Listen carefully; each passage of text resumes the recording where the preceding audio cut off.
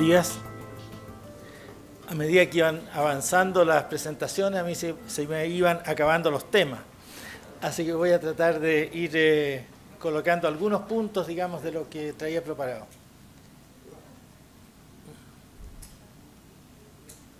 No, perdón.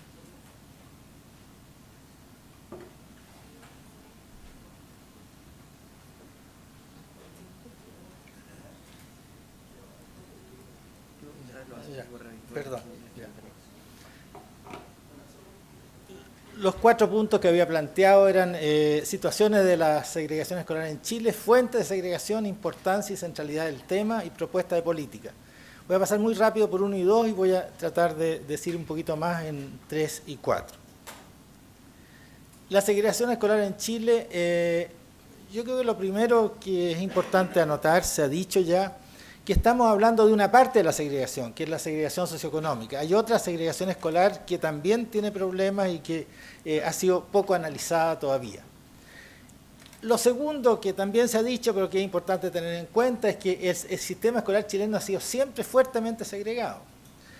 Ahí pongo un solo dato, uno podría dar muchos más, ¿no es cierto?, pero teníamos institucionalmente segregado el sistema hasta el año 67-68.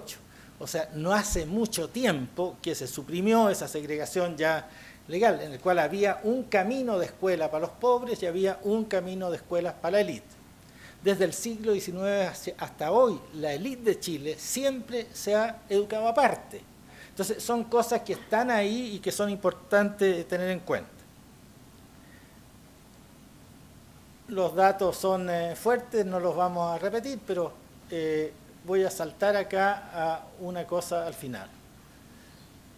Entonces, es lo que a mí me parece, y en eso estoy con el mercurio, ¿no es cierto?, que es muy importante mirar este problema desde lo que somos como país. O sea, esa es nuestra distribución del ingreso.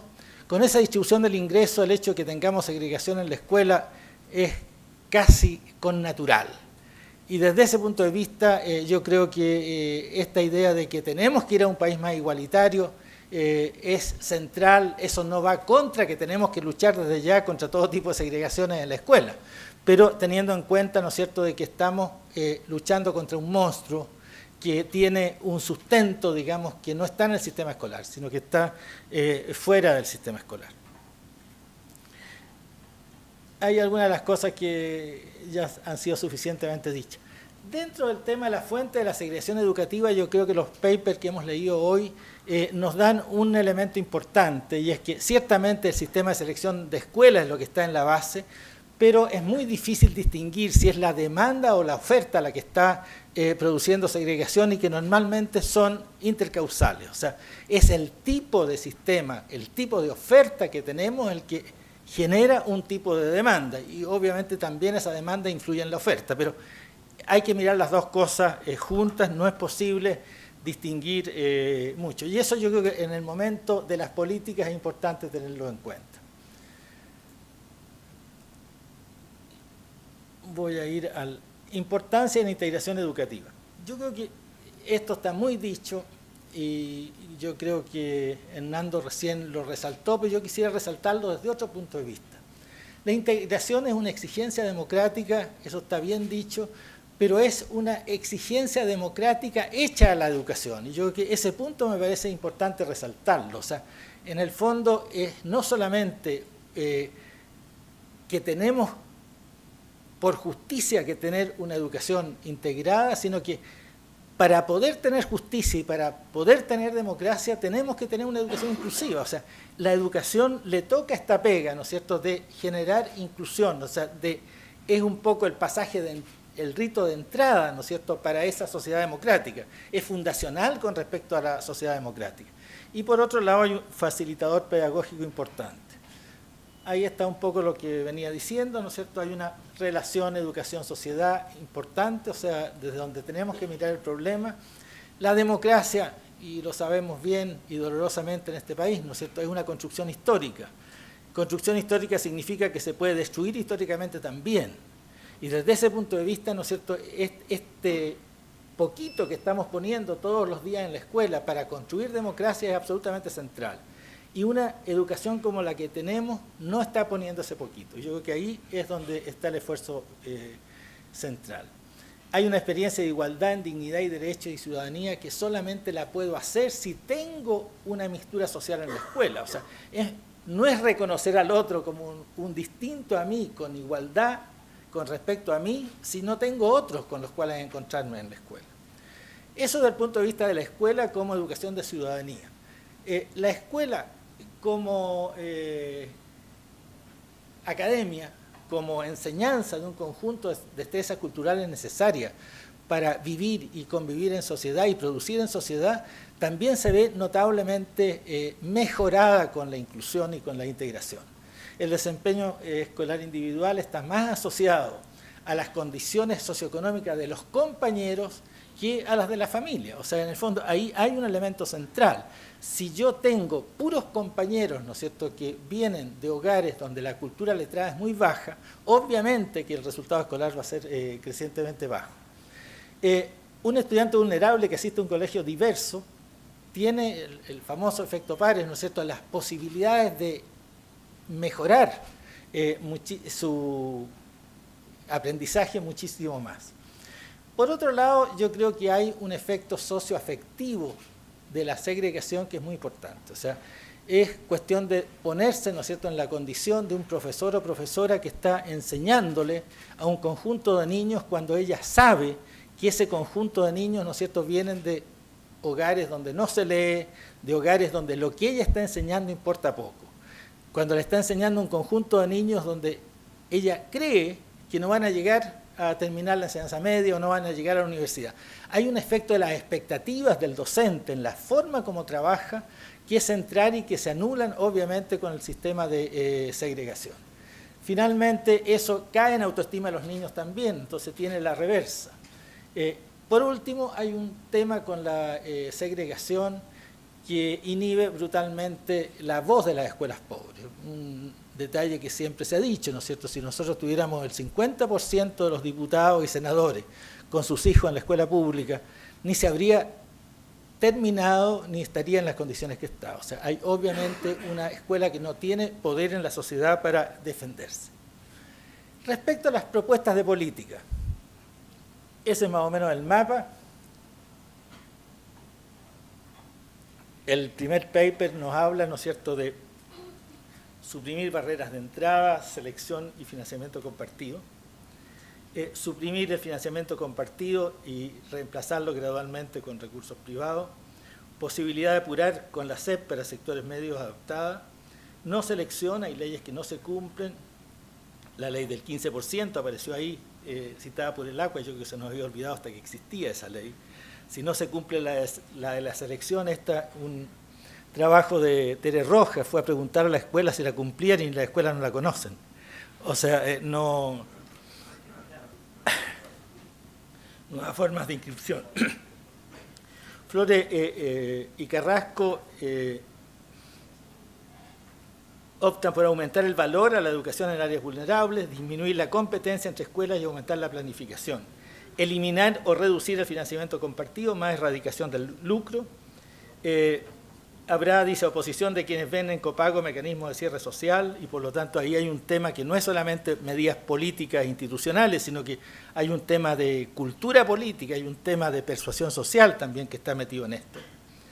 Valenzuela y Villaló, eliminación del financiamiento compartido y mejoramiento de la educación pública. Misala Torches, seguir fortaleciendo la SEP. En este muy breve resumen de lo propuesto, ¿no es cierto?, yo creo que lo primero que sobresale es la supresión del financiamiento compartido, que es la única medida que sale en todos los papers. Fueron el de Misala que lo pone al final diciendo no al... no se mete en financiamiento compartido directamente, pero en general en 3 papers está esta medida. Algunas consideraciones sobre eso. Yo creo que hay algo que está puesto en el paper y que es importante, y es que esto es un mecanismo que no puede afectar a los estudiantes ni disminuir drásticamente los ingresos de los sostenedores. Por lo tanto, cualquier tipo de solución es una solución que tiene que ser lenta, que tiene que tener ese respeto. El ACUA y Santo arguyen de no eliminarlo de forma inmediata. Y acá hay un punto que yo creo que es un punto que queda como de discusión, y es en el fondo esta idea de aumentar CEP como un mecanismo, ¿no es cierto?, para apurar el fin del financiamiento compartido. Eso a mí se me cruza, y lo dejo como pregunta, con las conclusiones del trabajo de Misala y Torche, donde señalan, si entendí bien, que la CEP en los sectores no pobres no está produciendo efecto. O sea que tiene un efecto claro, neto, importante, ¿no es cierto?, en las escuelas más pobres, y tiene un efecto raro o nulo en las escuelas no tan pobres. Por lo tanto, esto de llevar la CEP a sectores medios estaría de alguna manera siendo un gasto absolutamente innecesario. O sea, si entiendo bien.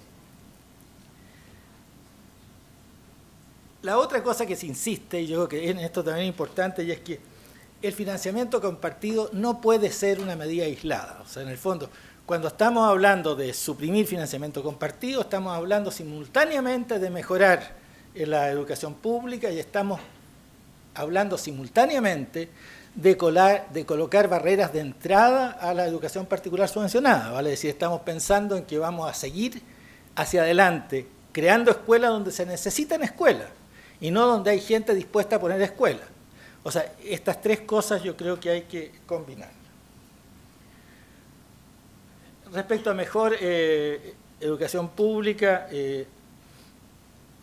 estas cuatro cosas son las que vienen en el paper de Valenzuela: fortalecer escuelas y liceos que hoy son de calidad, generar red de escuelas públicas de excelencia con altos grados de diversidad e inclusión, desde esta red crear nuevas escuelas públicas en zonas de expansión urbana, 4, regular entrada de nuevos establecimientos, tamaño mínimo y oferta de alta calidad.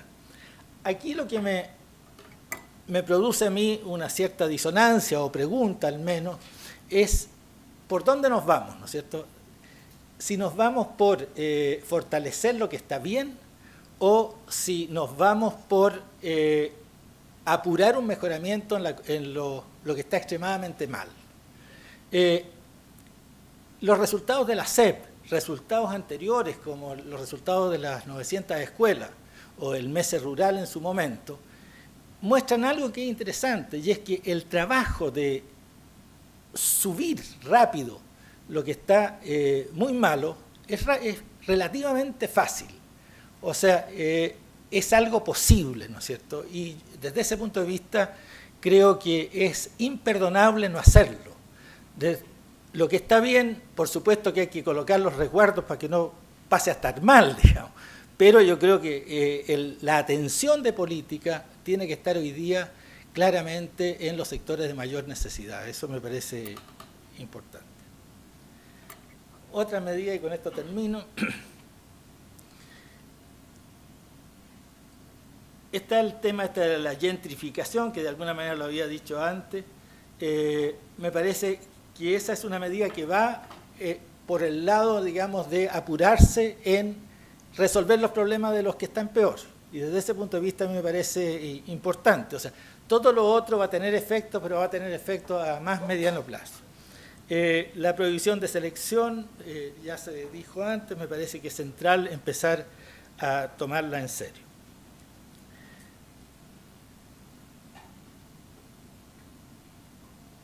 Yo creo que quisiera terminar con esto.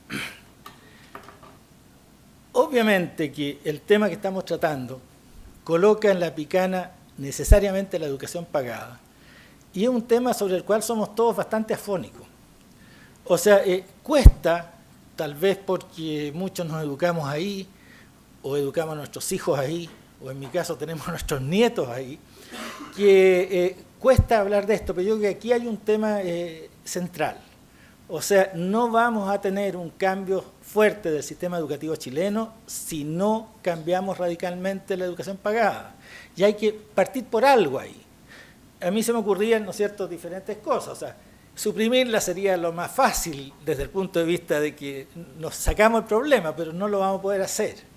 Entonces, a lo mejor impuestos pagables con becas, de tal manera de meter dentro de ahí al inicio, ¿no es cierto?, otro tipo de, algún nivel de mixtura social. Esas becas no pueden ser impuestas, por lo tanto se va a hacer en los colegios que valoran de alguna manera esa mezcla.